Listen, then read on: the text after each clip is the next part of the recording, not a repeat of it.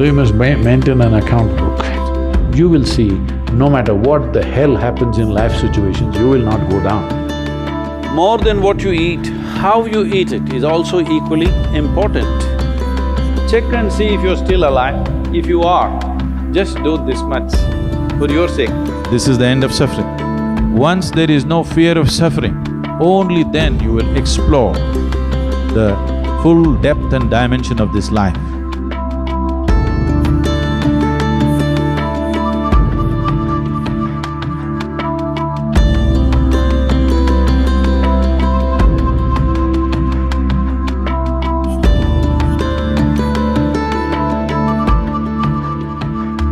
Outside challenges are many. There are many things in the world. Some things will happen, some things won't happen, some things will act for us, something will work against us. These things are happening all the time. But am I functioning for myself or am I functioning against myself? Within this, is my life little more exuberant, little more better, little more joyful, little more peaceful? You just measure this every day. So you must maintain an account book. Yes, if you're doing business, how do you know whether you're progressing? Only one who keeps accounts knows whether he is making money or going down, isn't it so? Similarly, you must maintain an account. You just see, let's say yesterday you were joyful 5 times in the day.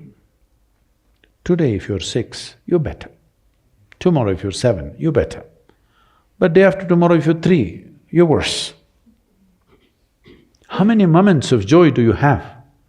Why I'm talking about joy is we are not using joy as a goal. Joy is a measure. Joy means you're at ease. Joy means you become more of life than being a mental mess, isn't it? Joy does not mean that you attain to something. Joy simply means life has come to ease, you're not messing yourself up.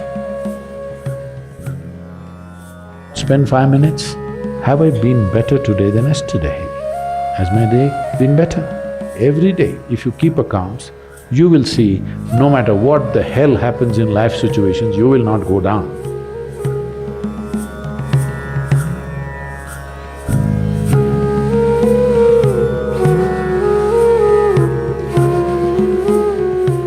Here I'm not trying to tell you what to eat and what not to eat. You eat whatever you want. But being a human being, the most important thing is that you do it consciously. Whatever you do must happen consciously. Your selection of food and consumption of food also must happen consciously. More than what you eat, how you eat it is also equally important. When I say how you eat it, these are all live substances. Every one of them had a life of their own, whether it's a plant, animal, vegetable, every one of them had a life of their own. If you approach it with a certain sense of gratitude and reverence towards the food that you eat, when I say reverence, it may feel like too much for you, but I'm asking you, let's say we put you in a room and you had nothing to eat for 5 days. If God appears in front of you, what will you ask for? Food? So that's how important it is. You must understand the food on your plate is not just a substance, it is not a material, it is not a commodity, it is life. It is the life-making material for you. So you must treat it as such.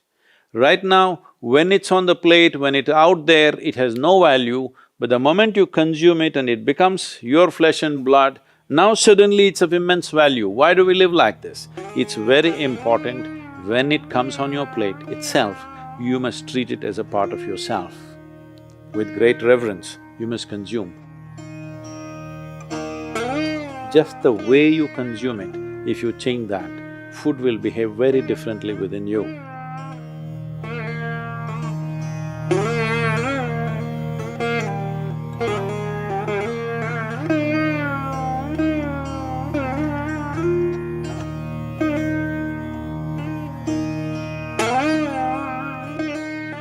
The soil that you walk upon has a certain sense of intelligence and memory.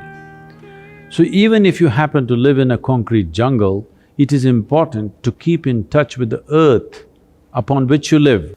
create ways for yourself to somehow remain in touch with the soil or the earth upon which you live, that part of the earth. With your bare hands and bare feet, see particularly the palms and the soles, if they come in touch with the earth on a daily basis, at least for a few minutes, a certain harmonizing of the physiological process will happen just being in contact with the earth. If you spend at least a few minutes in your garden, barefooted, touching plants or trees, because this is the basis of your life. All life, yours and every other creature, has come out of this earth. Stay in touch with it and harmonize your system.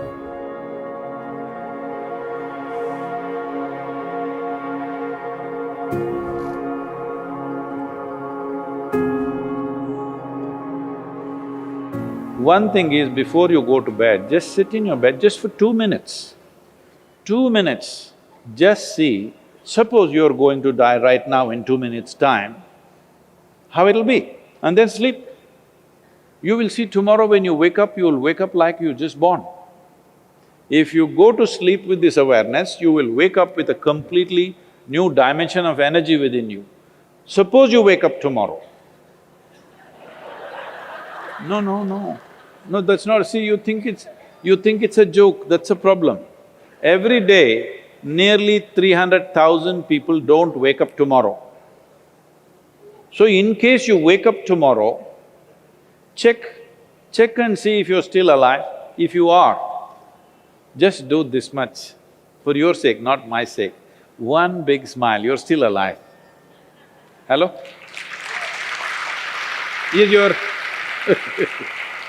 Is your life worth this much? See, do not think every day you will wake up, one day you will not wake up. Yes or no? Tomorrow morning you woke up, check if you're still alive. If you're dead, I will pardon you. If you're alive, one big smile. Then if 300,000 people die on the planet, maybe 3 to 5 million people would have lost somebody who's dear to them. So just check those 4 or 5 people who matter to you in your life, all of them still alive. One more smile. Hello? And you looked at the watch, it's 7 o'clock and you're still alive. One more smile. Hello? From now on you must do this every time you look at the time. If you're alive, you must smile, because this is the greatest thing happening to you. Not your money, not your profession, not your family, you're alive right now, this is the thing. Very brief, let's make it happen.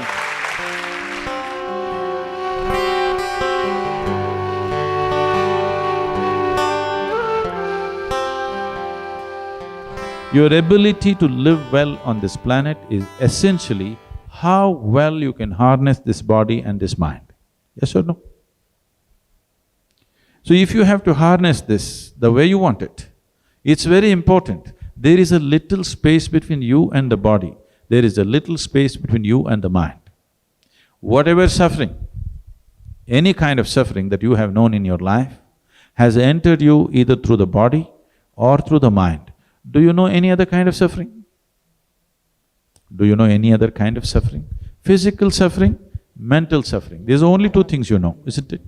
If a little distance arises between you and the body, between you and the mind, this is the end of suffering. Once there is no fear of suffering, only then you will explore the full depth and dimension of this life. So, one thing we want to do is, we are bringing this what's called as 𝗧𝗶𝗽𝘀, which gives you a distance between you and your thought, between you and your body. If people experience this for 2 minutes a day, their lives will change. Definitely, I'm telling you. Once they know the freedom of it, you will not like anything. You will not like any drink or drug or whatever, because it is a much big high than that. Much big high than anything that you have seen. So one of the resolutions that you take for the new year is, I meditate.